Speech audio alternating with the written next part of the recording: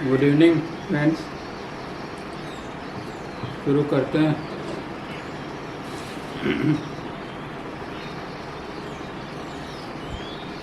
तो शुरुआत एक छोटी सी कहानी से करते हैं कि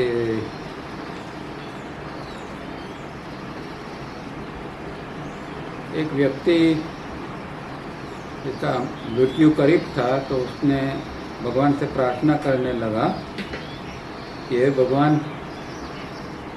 तो अगले जन्म में मुझे एक अच्छा मन देना, क्योंकि इस जन्म में जो मुझे मन मिला है उससे मुझे काफ़ी परेशानी हुई है, काफ़ी दुख झेलना पड़ा है। मैं इस मन से ऊब चुका हूँ, तो अगले जन्म में मुझे कोई ऐसा अच्छा मन दे के भेजना ताकि मैं अच्छा जीवन जी सकूं। भगवान ने कहा कि देखो, अगले जन्म में तुम्हें शरीर तो नया मिलेगा, लेकिन मन में नया नहीं दे सकता। जैसे कि एक गाड़ी होती है, तो नई गाड़ी के अंदर नई बॉडी होती है, नई चेसिस होती है, उसका कलर नया होता है चकाचक और दिखने में अच्छी लगती है।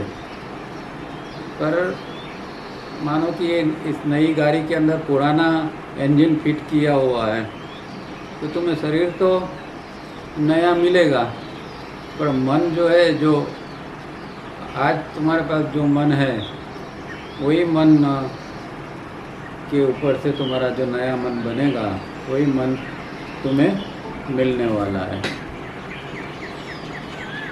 तो वो व्यक्ति बोला कि ऐसा पुराना इंजन वाली गाड़ी को मैं क्या करूं, जो रास्ते में कभी भी खड़ी रह जाए, उसको धक्का मारना पड़े, मैकेनिक को बुलाना पड़े, खर्च करना पड़े और लोग मजाक करें।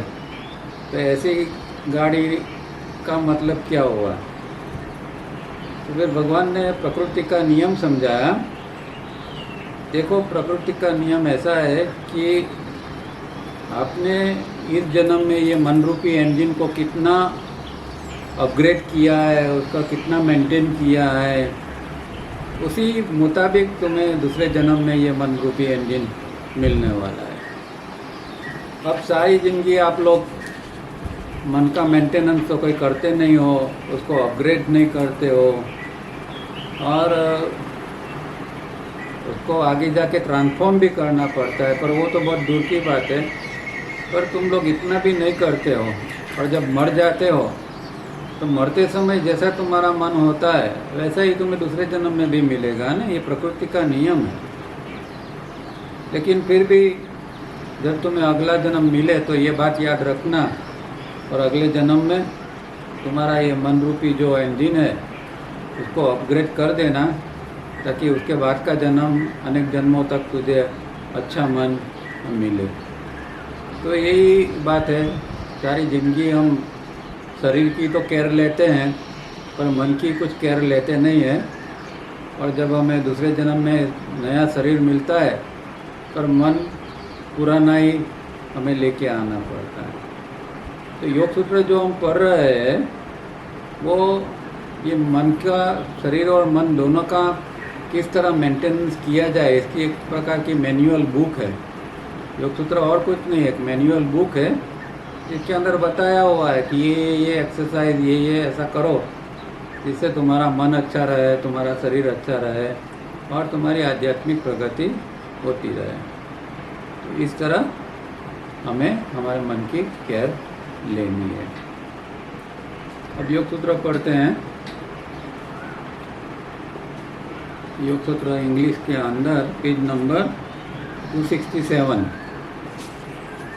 लास्ट टाइम हमने सूत्र 39 देखा था, जहाँ हमने 5 यम पूरे किए थे: अहिंसा, सत्य, अस्तेय, ब्रह्मचर्य और अपरिग्रह।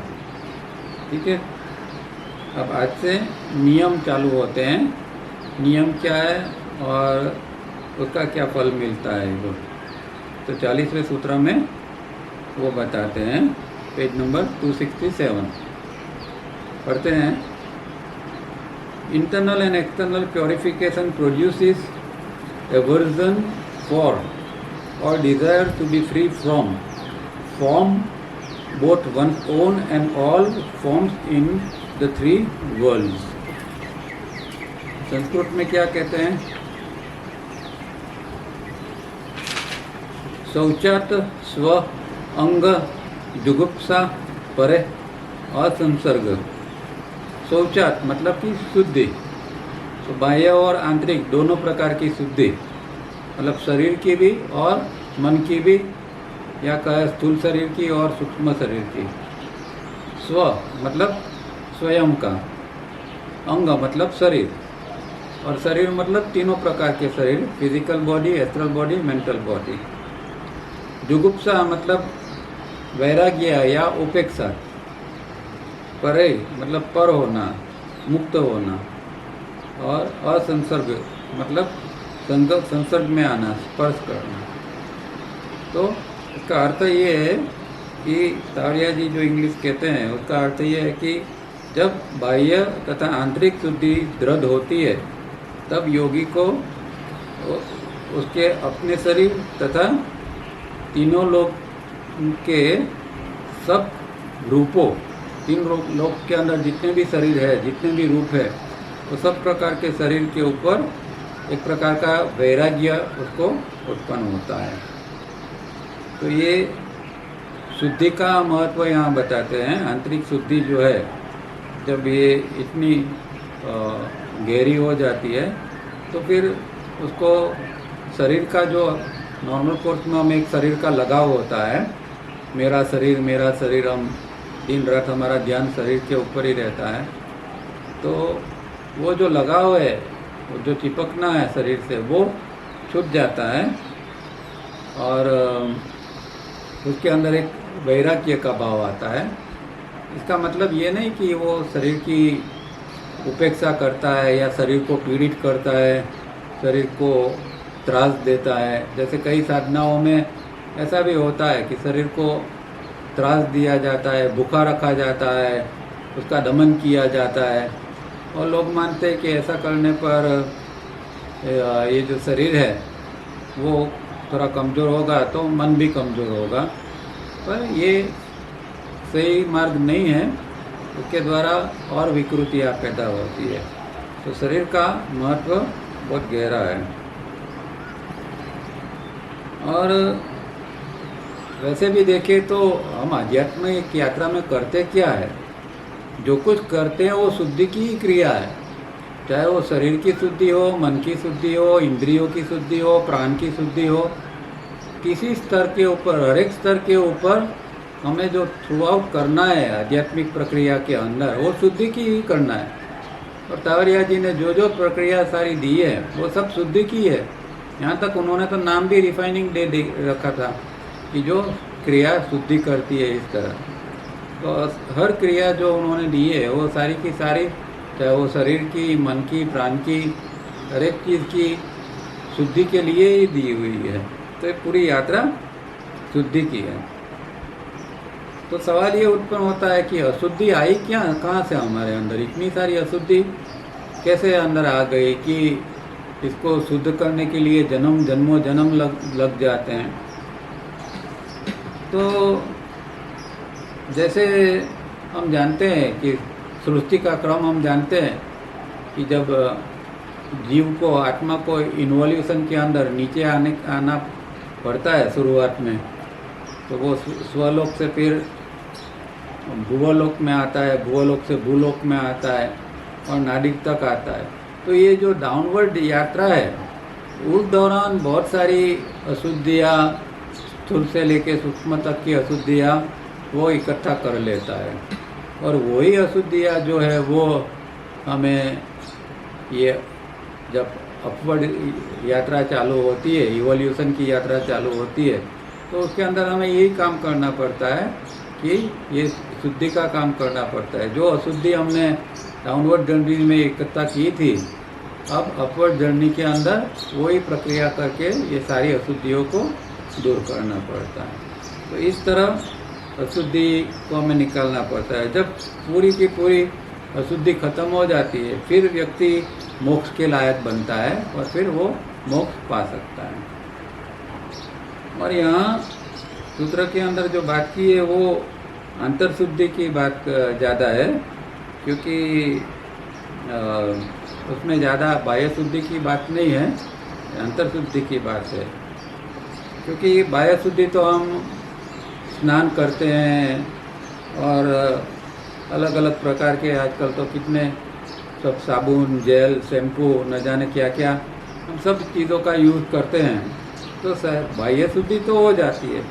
पर बाह्य शुद्धि होने से अंदर की शुद्धि नहीं हो जाती है, उसके लिए कुछ और करना पड़ता है। और वो जो है वो साधना का क्रम जो है वो ये अंतर्शुद्धि के लिए।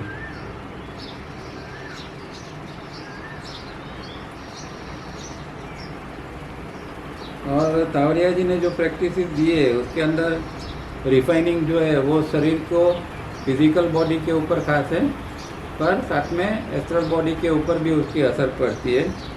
फेज एक्सरसाइज जब हम करते हैं तो हमारे नाड़ियों की शुद्धि होती है, चक्रों की शुद्धि होती है। फिर प्राण रोटेशन की आगे साधना दी है मेरिडियंस की, तो उसके अंदर पूरा एक प्रोग्राम है जिसके अंदर सब की सब नाड़ियों की शुद्धि होती है। इस तरह पूरा सूक्ष्म शरीर शुद्ध हो जाता है। उसके अलावा भी उन्होंने प्रिज्म वगैरह एक्सरसाइज दी है जो अटेंशन को हमारा शुद्ध करता है, पावरफुल बनाता है। इस तरह ये साधना होती है। तो प्राचीन काल में भी इसी तरह करते थे, यम नियमों का पालन करवा के हठयोग से शुरुआत की जाती थी और उस समय खास करके आसन प्राणायाम कराए जाते थे। उसके द्वारा शरीर और मन की शुद्धि का, और साथ में मिताहार और ब्रह्मचर्य 25 वर्ष तक मिताहार मतलब कि आहार जो है वो एकदम संयमित, और ब्रह्मचर्य ये दोनों का इतना पालन करते हुए आसन प्राणायाम का अभ्यास कराया जाता है था उस समय। और उसकी नाड़ी शुद्धि, उसको कहते हैं नाड़ी शुद्धि, इससे उसकी नाड़ी शुद्धि होती है। और नाड़ी शुद्धि होने के बाद में उसको साधक को शक्तिपात दीक्षा दी जाती थी और उसका प्राण का उत्थान होता था। फिर वो धीरे धीरे करके प्रत्याहार तक पहुंच जाता था। तो प्राचीन काल में वो परंपरा थी। आज जो है वो हमें तावड़िया जी ने ज़रा अलग रूप से हमें सारी प्रैक्टिस दी है। पर इम्पोर्टेंट बात ये है कि ये जो शुद्धि की प्रक्रिया है उसके अंदर जब शरीर शुद्ध होता है तो यहाँ जो महर्षि ने जुगुप्सा शब्द यूज़ किया है उसका कई लोग उसका एक अर्थ करते हैं कि उसके प्रति एक जिसको कहते हैं कि एक घृणा, कि अभी योगी को अपने शरीर के प्रति घृणा होती है, उसको ये शरीर से मुक्त होने की इच्छा होती है। शरीर से मुक्त होने की इच्छा अलग बात है, पर इसका मतलब ये नहीं है कि उसको घृणा होती है।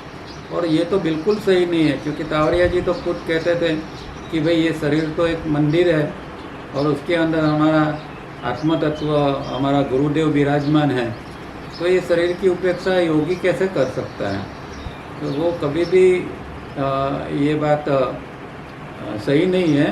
जो सच्चा योगी है वो शरीर की केयर लेता है, उसको एक साधन के रूप में उसका उपयोग करता है, और जब ये साधन की ज़रूरत नहीं होती तो उसको छोड़ने में भी वो झिझकता नहीं है, वो आराम से शरीर को भी छोड़ देता है। तो इस तरह का एक एटीट्यूड होना चाहिए, न कि शरीर के प्रति घृणा का भाव होना चाहिए। और खुद तावड़िया जी ने अपने शरीर के बारे में बहुत सुंदर बात लिखी थी एक जगह पर। वो लिखते थे कि let this body fall away happily, मतलब ये शरीर को अभी आराम से समाप्त हो जाने दो। This body that has been a great gift of God to me, भगवान की एक अनुपम भेंट ये शरीर के रूप में मुझे दी गई थी। It has served me well and fulfilled it's purpose, तो ये शरीर ने मेरी पूरी सेवा की है और इसका जो हेतु है वो भी पूर्ण किया है। ये एटीट्यूड होना चाहिए शरीर के प्रति। कि शरीर का एक साधन के रूप में उपयोग करें, और जब जरूर नहीं है तो भी शरीर को छोड़ने की समय आता है तो वो बिना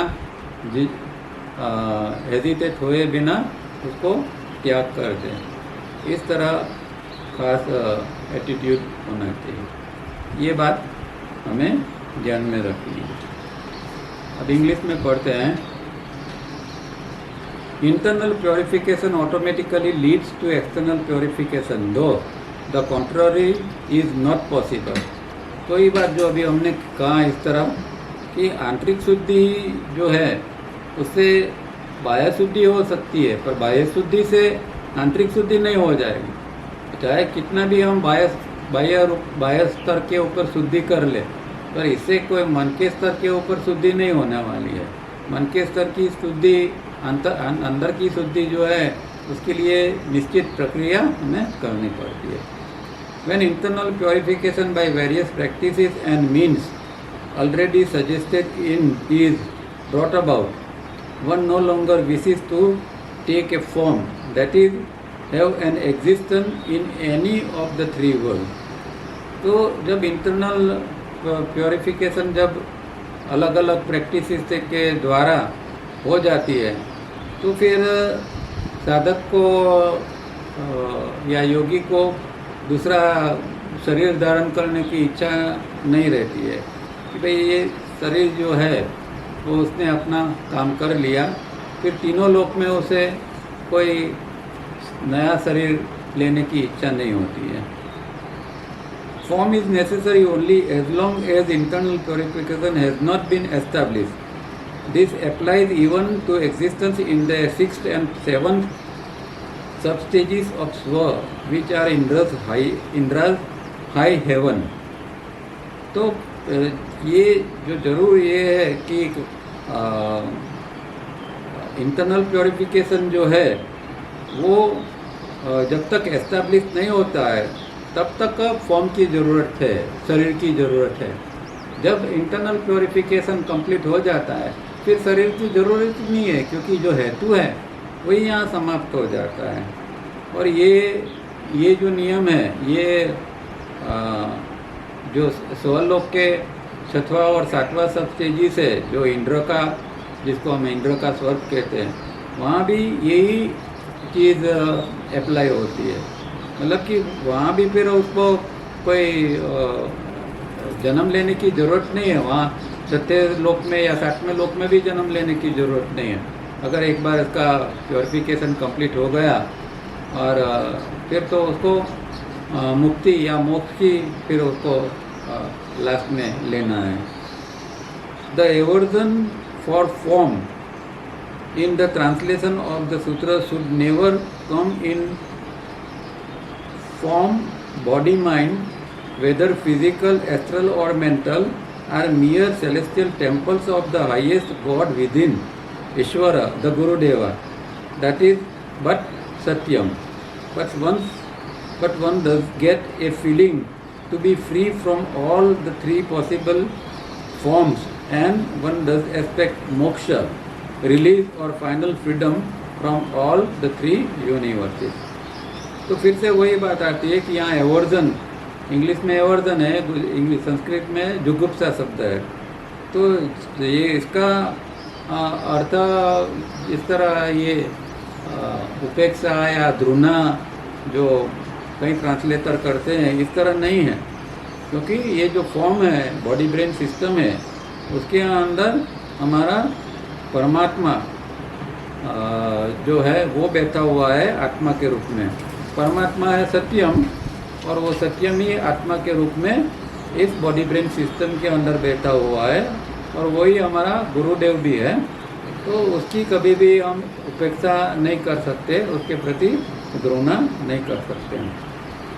हाँ, ये अलग बात है कि तीनों शरीर जो है, सूक्ष्म शरीर, स्थूल शरीर और बीजाणुमय शरीर, ये तीनों शरीर से योगी को मुक्त होने की अभिलाषा होती है, एक इच्छा होती है, वो अलग बात है। पर वो घृणा के कारण नहीं, या उसको कोई जुगुप्सा नहीं है शरीर के प्रति, पर वो चाहता है कि मेरा जितना जल्दी काम ख़त्म हो जाए, प्योरिफिकेशन ख़त्म हो जाए, उसके बाद में मैं मेरा जो सेलेस्टियल होम है, जो जनलोक है, वहाँ फिर से मैं चला जाऊँ, ऐसी वो इच्छा कर सकता है। तो ये सब सूत्रों के अंदर छोटे छोटे सूत्र है और उसमें थोड़ी थोड़ी बात ही बताई है। तो यहाँ 40वां सूत्र खत्म होता है। अब 41वां सूत्र 41, वो भी शुद्धि प्योरिफिकेशन के ऊपर ही है। Through purification comes also a quite spirit, concentration, conquest of the organs and ability to see the self। तो जब शुद्धि हो जाती है उसके बाद में क्या उसका फल मिलता है, उसकी बात ये सूत्र के अंदर आती है। उसमें क्या कहते हैं संस्कृत के अंदर, सत्व शुद्धि, सौमनस्य एकाग्र, इंद्रिय जय, आत्मदर्शन, योग्यत्वानि च। सत्व शुद्धि मतलब सत्व की विशुद्धि, सौमनस्य मतलब मन की शुद्धि, मन की निर्मलता, एकाग्र मतलब एकाग्रता, इंद्रिय जय मतलब कि इंद्रियों को वश करना, आत्मदर्शन आत्मा का दर्शन होना, और योग्यत्वानि मतलब योग्यता का उपलब्ध होना। तो पूरा अर्थ ये है कि सत्व की विशुद्धि द्वारा मन की निर्मलता, एकाग्रता, इंद्रिय वश होना तथा आत्मदर्शन की योग्यता प्राप्त होती है। तो जब प्योरिफिकेशन होता है तब ये चार चीज़ों का लाभ योगी को मिलता है। उसके अंदर मन भी निर्मल बन जाता है योगी का। फिर एकाग्रता है उसके अंदर, एकदम तीव्र एकाग्रता, क्योंकि फिर आगे जाके धारणा ध्यान समाधि का अभ्यास करना है तो उसके अंदर उच्च प्रकार की एकाग्रता की ज़रूरत पड़ती है। तो एकाग्रता उसको प्राप्त होती है। फिर इंद्रिय जय मतलब कि इंद्रिय वश होती है उसके ये प्योरिफिकेशन की साधना के द्वारा। और लास्ट में आत्मदर्शन भी इससे हो सकता है, उसकी योग्यता साधक के अंदर आती है कि वो आगे जाके आत्मा का दर्शन कर सकता है।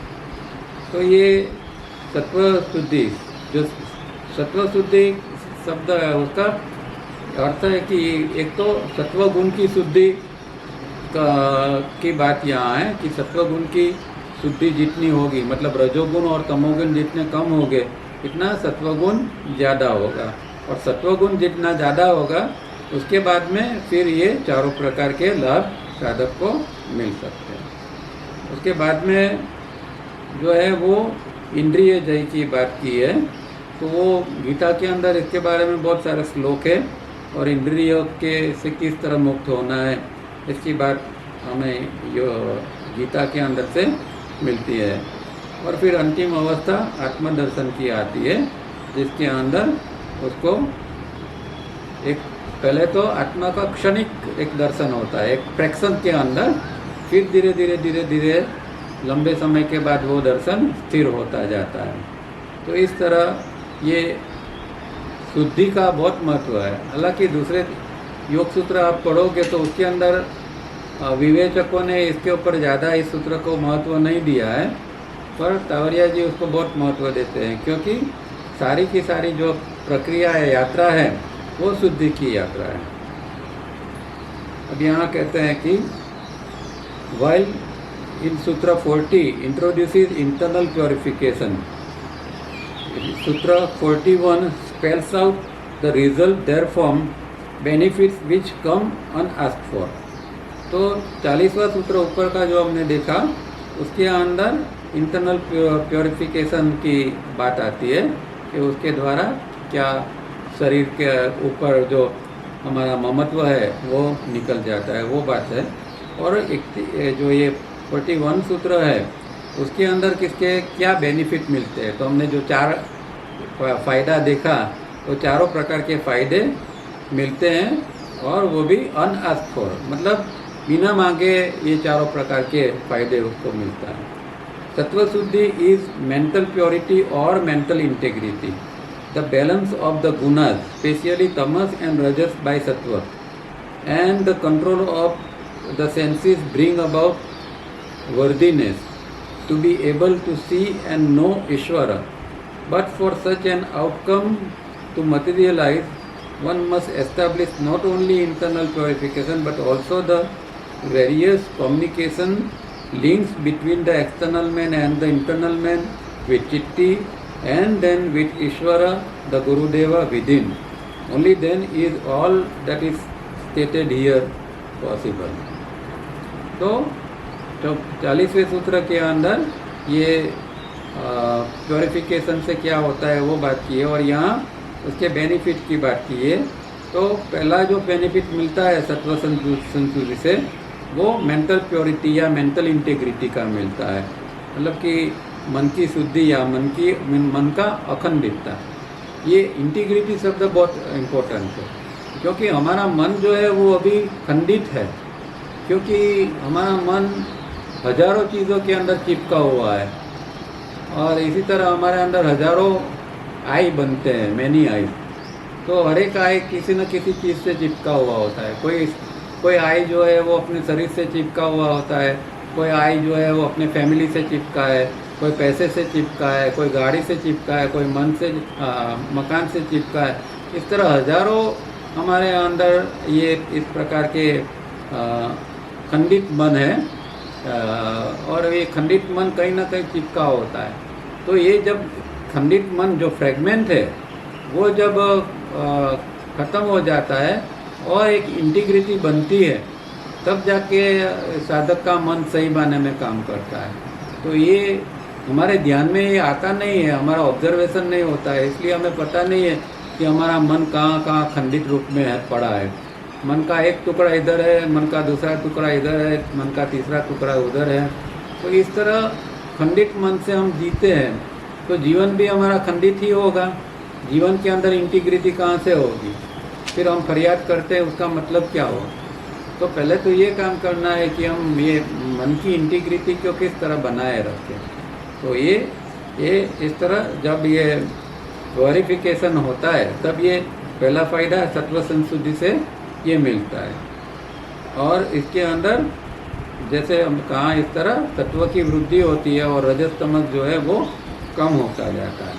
उसके बाद में दूसरा फ़ायदा मिलता है वो कंट्रोल ऑफ द सेंसेस।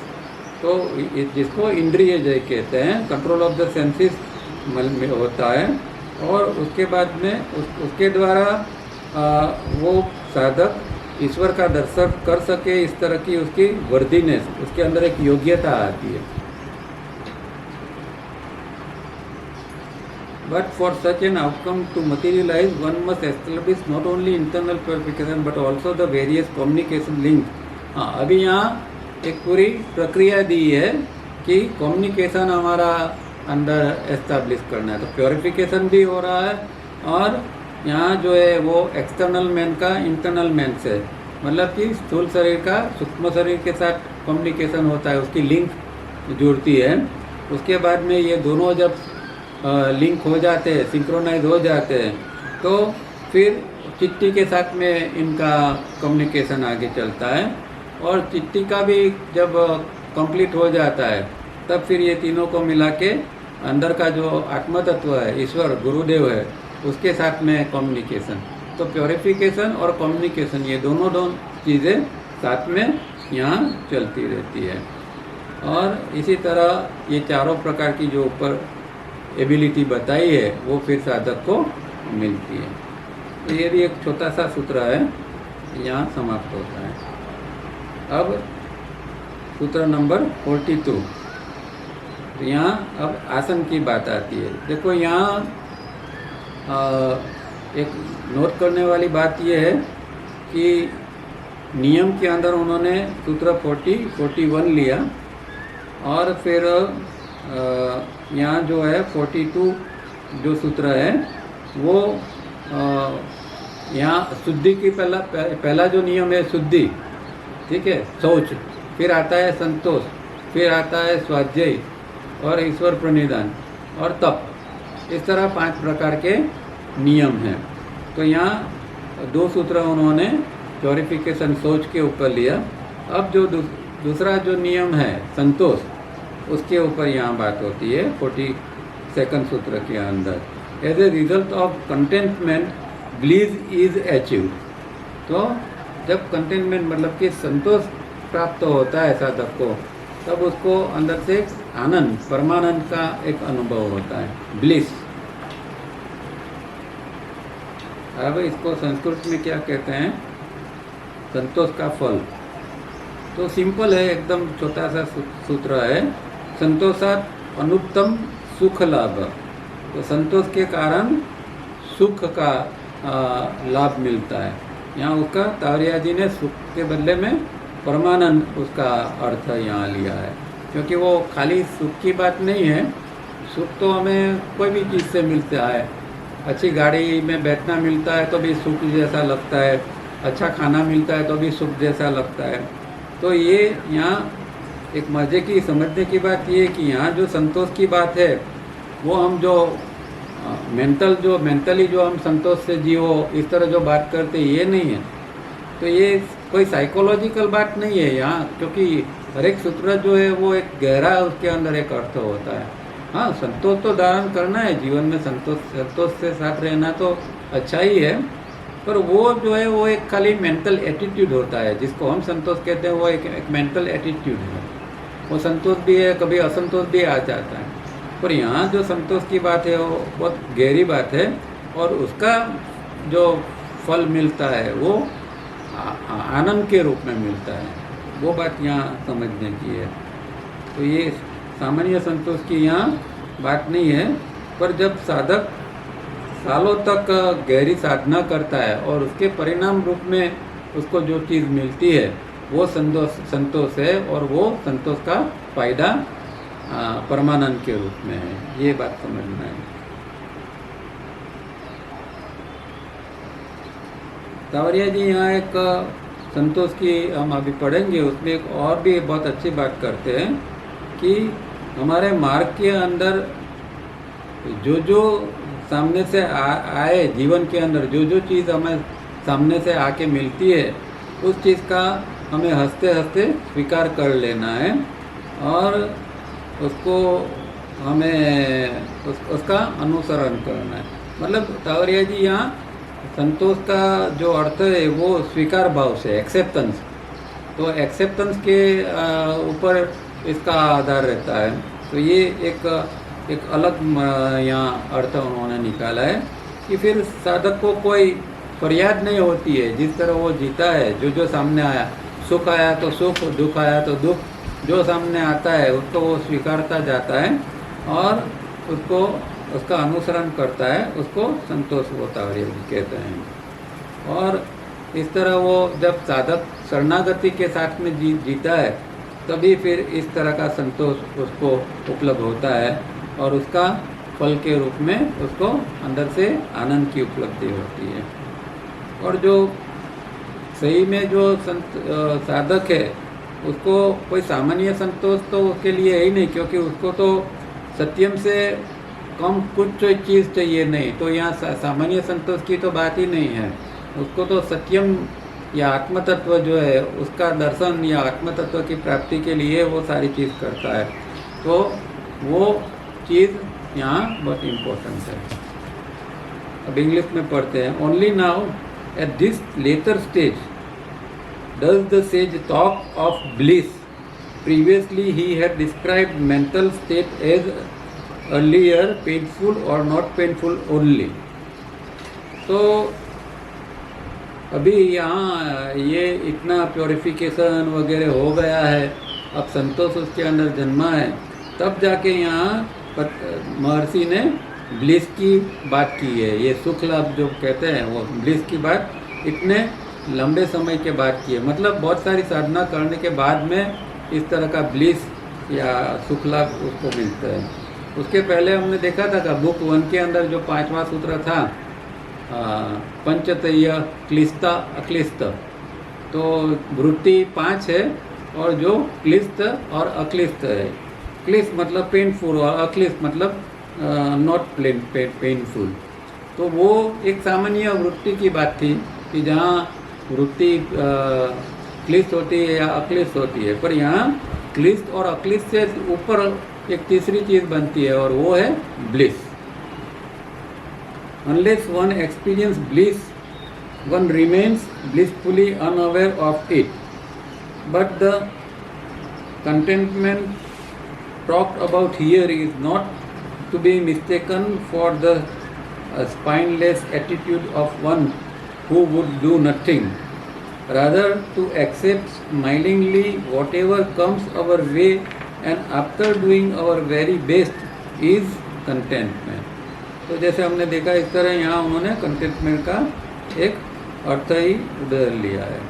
तो जो जब तक ये ब्लिस का अनुभव नहीं होता है तब तक उसको वो ब्लिसफुली उसके प्रति अनअवेयर ही रहता है, खुशी से एक अभान स्थिति में रहता है।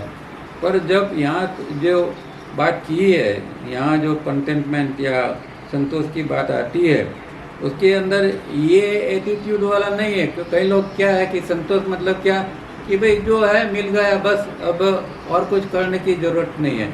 तो वो स्पाइनलेस एटीट्यूड जिसका होता है, मतलब कहीं जैसे कई लोगों का अंदर एक भगोड़ा वृत्ति होती है कुछ नहीं करने का, जो है बस थोड़ा बहुत मिल गया, और वो जो संतोष की बात है वो यहाँ नहीं है।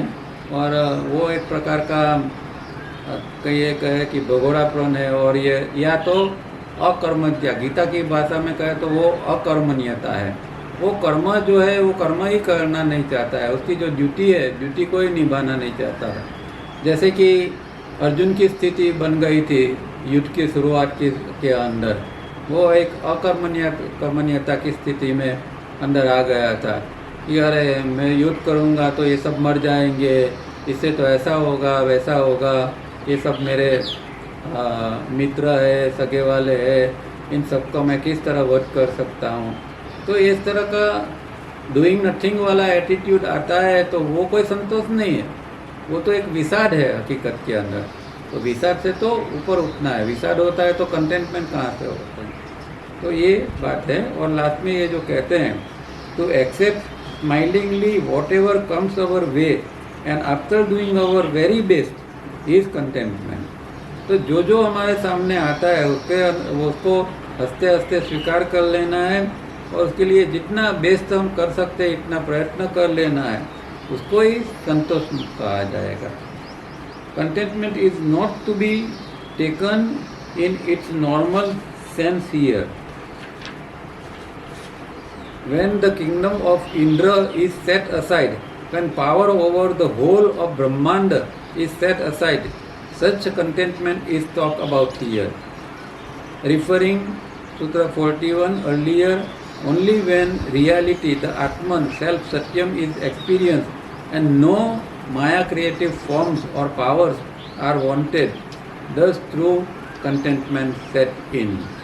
तो जिसके अंदर इस तरह का जो संतोष का भाव है, उसको फिर न तो इंद्र का जो स्वर्ग है वो चाहिए, न तीनों लोक के अंदर ब्रह्मांड की जो शक्तियाँ हैं, पावर्स है, वो सिद्धि है, वो भी उसको नहीं चाहिए।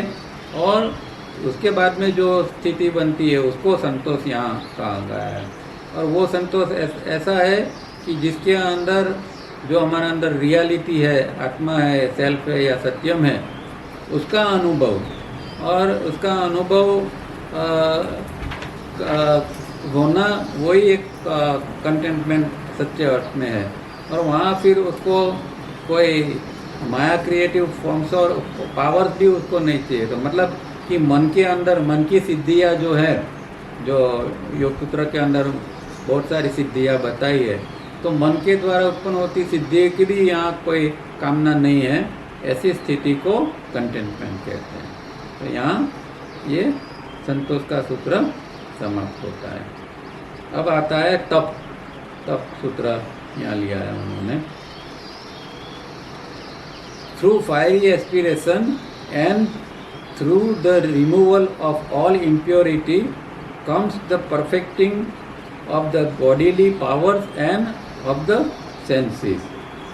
तो जब तप उसके अंदर तप सिद्ध होता है तो क्या फल मिलता है? तो संस्कृत में क्या कहते हैं? काय इंद्रिय सिद्धि अशुद्धि क्षयात तपस, मतलब कि तप माने कि फायरी एस्पिरेशन, मतलब कि उत्कट अभिप्सा, उसके अंदर एकदम तीव्रता होती है। तप का मतलब यहाँ तीव्रता है, आगे बढ़ने की तीव्रता, ध्येय को हासिल करने की तीव्रता जो होती है उसको तप कहा जाता है। तो इस तरह की उत्कट अभिप्सा होती है और उसके द्वारा वो तप करता है, साधना करता है, तो हर एक प्रकार की अशुद्धियों का नाश हो जाता है और उसके द्वारा शरीर तथा इंद्रियों की शक्ति जो है वो परिपूर्ण बनती है। यहाँ जब कहा है ना कि perfecting of the bodily powers and the senses, तो शरीर की और इंद्रियों की शक्ति परिपूर्ण होती है जब हर एक प्रकार की अशुद्धि अंदर से निकल जाती है। तो ये बात ये तप के लिए है। और तप के लिए एक बात तावरिया जी खास कहते थे कि भाई जिस तरह सूर्य के अंदर गर्मी है 16,000 सेंटीग्रेड, इतनी गर्मी साधक के अंदर होनी चाहिए, इतनी तीव्रता होनी चाहिए ध्येय प्राप्ति के लिए, तो फिर साधना हो पाती है और हर प्रकार की अशुद्धि निकल जाती है। अब इंग्लिश में देखते हैं। Fiery aspiration is beyond the scope of practically all of us. तो हमारे सब के लिए तो ये पहुंच के बाहर की बात है। हम मतलब कि जो एक्सपेक्टेड फायर एस्पिरेशन है वो हमारे पास प्रैक्टिकली हमारे पास नहीं है। जैसे उन्होंने कहा कि 16,000 सेंटीग्रेड, तो इतनी तीव्रता अगर किसी में होती है तो वो तो शायद एक ही जन्म के अंदर सब काम निपटा सकता है, पर इतनी तीव्रता हो नहीं सकती है। हमारा जो शरीर मन वगैरह है वो इतना मंद है कि इतनी तीव्रता हम चाहे तो भी वो उत्पन्न नहीं कर सकते हैं। Even the core of the sun would be a cool area in comparison to the spiritual fire and engulf a sadhaka, as सूत्र 32 says। सूत्र 32 के अंदर जो बात की थी वो 5 नियम की बात थी। तो यहाँ ये जो तप के अंदर जो बात कहते हैं कि साधक के अंदर जो ये सूर्य के अंदर का जो भाग है उसे इस तरह का अगर उसके अंदर स्पिरिचुअल फायर जन्म लेता है और वो साधक को घेर लेता है तो फिर इस तरह की बात बन सकती है। Those very rare persons who reach this highest height of performance achieve internal purity, that is all avidya is washed away. The sutra describes the evolving body-brain system which, as it comes closer to achieving pure awareness, acquires the mighty powers of Chitti itself, quite naturally and unasked for. But now one does not even entertain the idea of using them. तो यहाँ जो internal purification की जो बात है वो अविद्या की है। हमने देखे कि 5 क्लेश है और अविद्या जो है वो सबसे पुराना क्लेश है। तो अविद्या, अस्मिता, राग, द्वेष, अभिनिवेश, ये सब खत्म हो जाते हैं और लास्ट में अविद्या भी जली जाती है। तो ये इसके संदर्भ में ये तप की बात है कि तप जब तप फलता है, तप का जो फल मिलता है, तो लास्ट में जो अविद्या है वो इस अविद्या रूपी अशुद्धि है वो भी खत्म हो जाती है। और फिर साधक जो है वो इतनी ऊंचाई पर पहुंचता है कि जैसे कि चिट्टी के वो समान हो जाता है और चिट्टी का सब जो पावर्स है, माइटी पावर्स उसके अंदर, वो सब पावर्स उसके अंदर आ जाता है। उसके अंदर लगभग प्योर अवेयरनेस, चिट्टी की जो प्योर अवेयरनेस है वो स्थिति उसके अंदर आ जाती है। तो तप सामान्य बात नहीं है। तप के द्वारा कितनी बड़ी उपलब्धि होती है। अगर कोई तप के द्वारा चिट्टी समान बन सकता है तो तप बिल्कुल सामान्य बात नहीं है। और इसीलिए पहले कहा जाता था कि भाई पहले के ज़माने में ऋषि मुनि तप करते थे।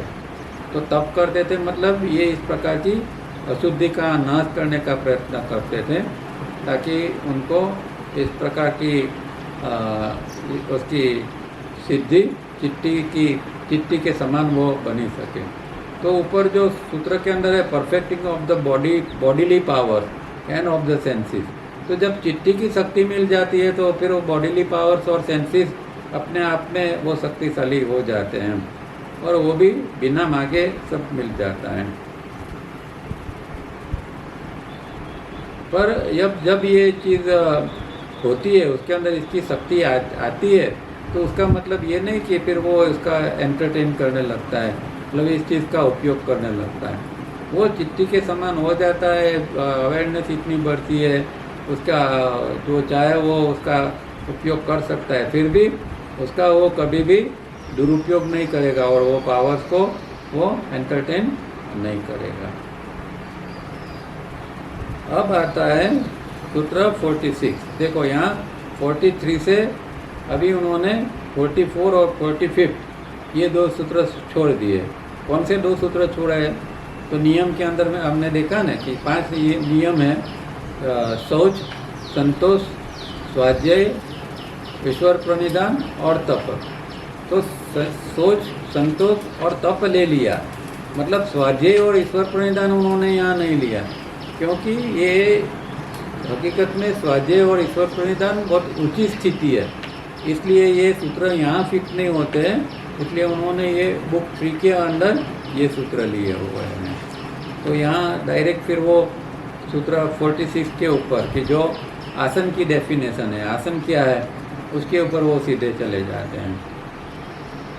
तो आसन की डेफिनेशन उसमें भी खाली 3 ही शब्द है, स्थिर सुखम आसन, आसनम, स्थिर सुखमासनम। स्थिर सुखमासनम मतलब स्थिर सुखम आसनम। तो स्थिर मतलब हम जानते हैं स्थिरता, दृढ़ता, स्टेडीनेस। सुखम मतलब सुख, आराम। आसनम मतलब की स्थिति। अब सवाल ये है कि ये स्थिति की बात है, आसन की बात है, वो शरीर की स्थिति की बात है कि मन की स्थिति की बात है? और अब तक में आप कोई भी योग सूत्र पढ़ोगे तो हर एक ने शरीर की स्थिति की ही बात की है कि शरीर को इस तरह स्थिर रखो, दृढ़ रखो, आराम के अंदर रखो, और इसको इस तरह रखने पर ये जो है वो आसन सिद्ध हो जाता है।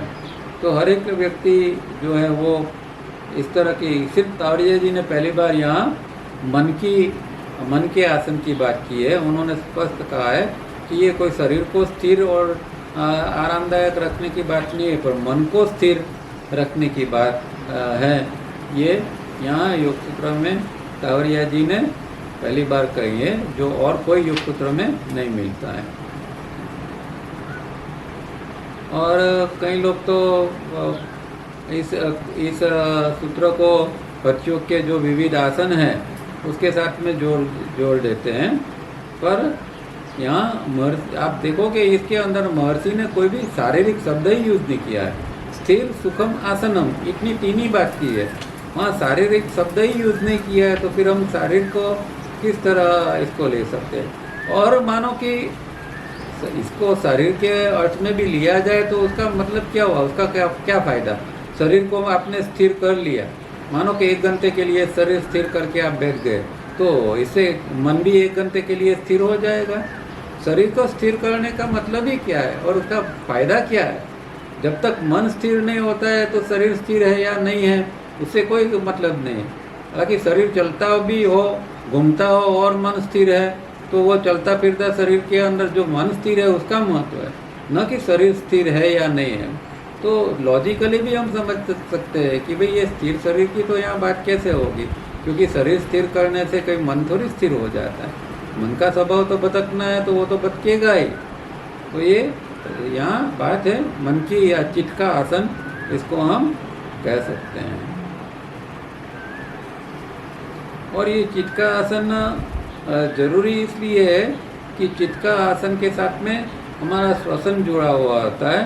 तो श्वसन जो है वो धीरे धीरे करके चित्त स्थिर होता है, तो श्वसन भी हमारा लयबद्ध श्वसन होता है। या जब हम लयबद्ध श्वसन करते हैं तो धीरे धीरे जाके हमारा चित्त भी स्थिर हो जाता है। तो चित्त का आसन प्राप्त करने के लिए रिथिक रिदमिक ब्रीदिंग बहुत एक सही मायने में एक ज़रूरत है।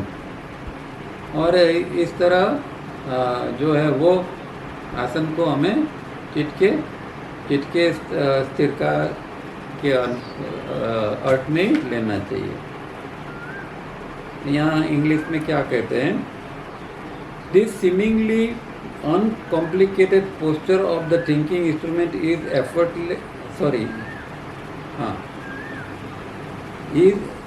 effortless and seems to be a gift from highest God। क्या कहते हैं, दिस सीमिंगली अनकॉम्प्लिकेटेड पोस्चर।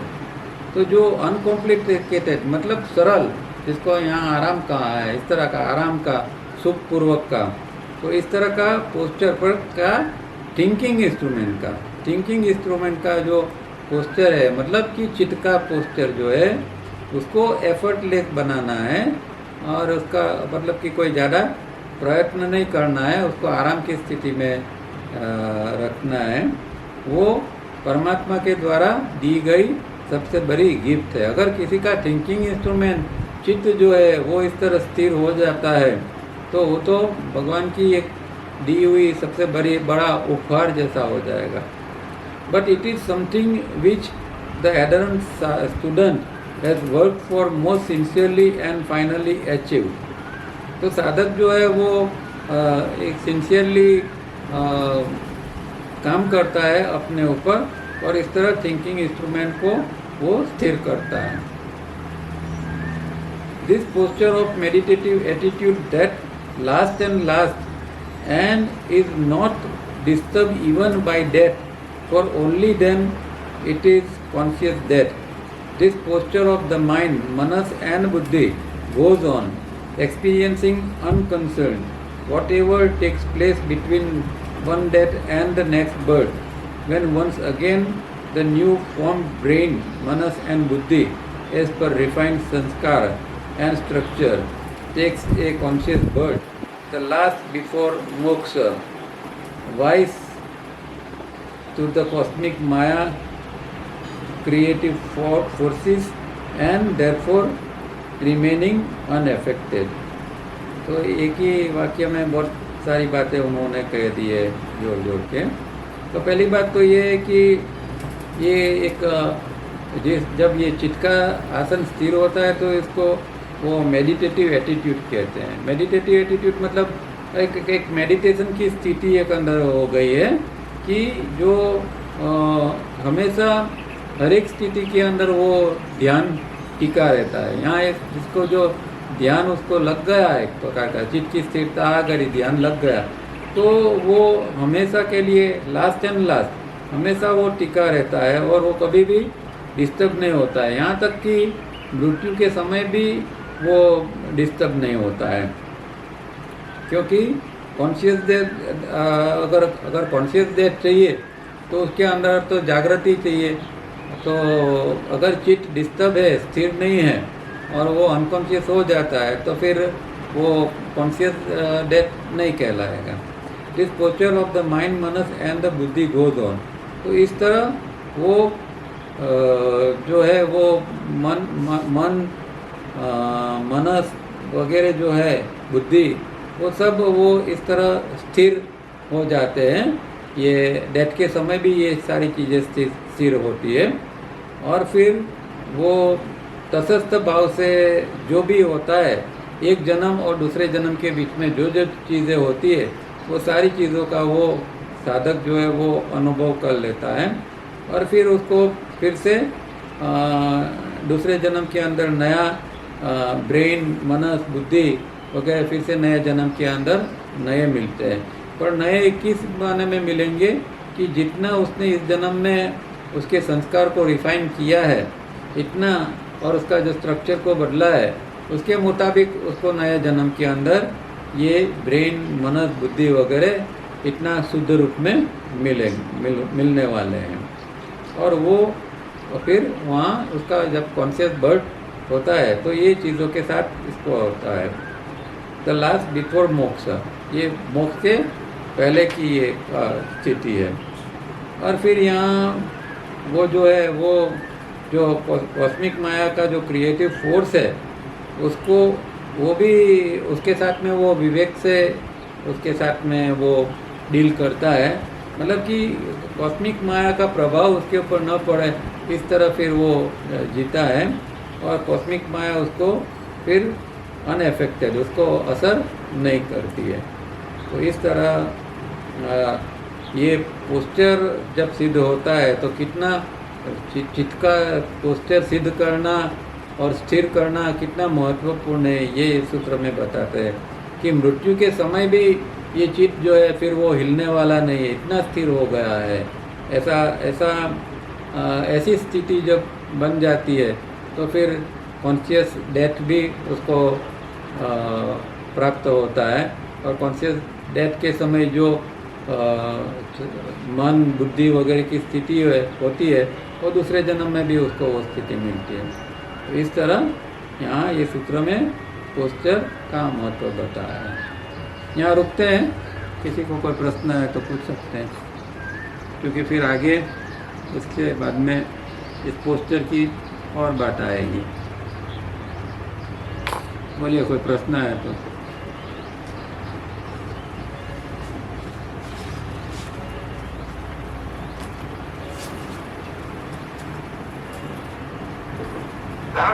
हाँ जी बोलो। हाँ जी, गुड आफ्टरनून, गुड इवनिंग। આજે આપણે જે વાત કરી, સોરી आज जो बात हुई, हाँ उसमें कोई प्रश्न, मेरा प्रश्न थोड़ा अलग है। हाँ वो थोड़ा अपने साधना का, हम जो 142 का जो प्राणायाम करते हैं, हाँ हाँ 142 का, हाँ बोलो बोलो। हाँ तो वो प्राणायाम में ये हमारी नाड़ी शुद्धि होती है, मतलब कि नाड़ी का शुद्धिकरण जो होता है वो ईजा पिंगला का होता है। हाँ, अनुलोम विलोम जो जिसको हम 142 कहते हैं, बेसिकली वो अनुलोम विलोम इसको हठयोग के अंदर कहा गया है। और अनुलोम विलोम जो है वो पहले ईडा और पिंगला की शुद्धि करता है, क्योंकि सुषुम्ना की शुद्धि की तो बात अभी आती नहीं है, सुषुम्ना की शुद्धि तो बहुत बाद में होती है। पहले ये जो ईडा और पिंगला जो है उसकी शुद्धि करनी है। इसलिए हम जो श्वास लेते हैं तो भी एक ऑल्टरनेटिव लेते हैं ना, एक बार ईडा से लिया फिर पिंगला से छोड़ा, फिर पिंगला से लिया ईडा से छोड़ा, इसको जिसको हम ऑल्टरनेटिव ब्रीदिंग भी कहते हैं। तो ऑल्टरनेटिवली हमें ब्रीदिंग करना है, क्योंकि दोनों नाड़ियों को हमें शुद्ध करना है। तो 142 के अंदर ईडा और पिंगला को शुद्ध करने के लिए ही इसका प्रयोग किया जाता है।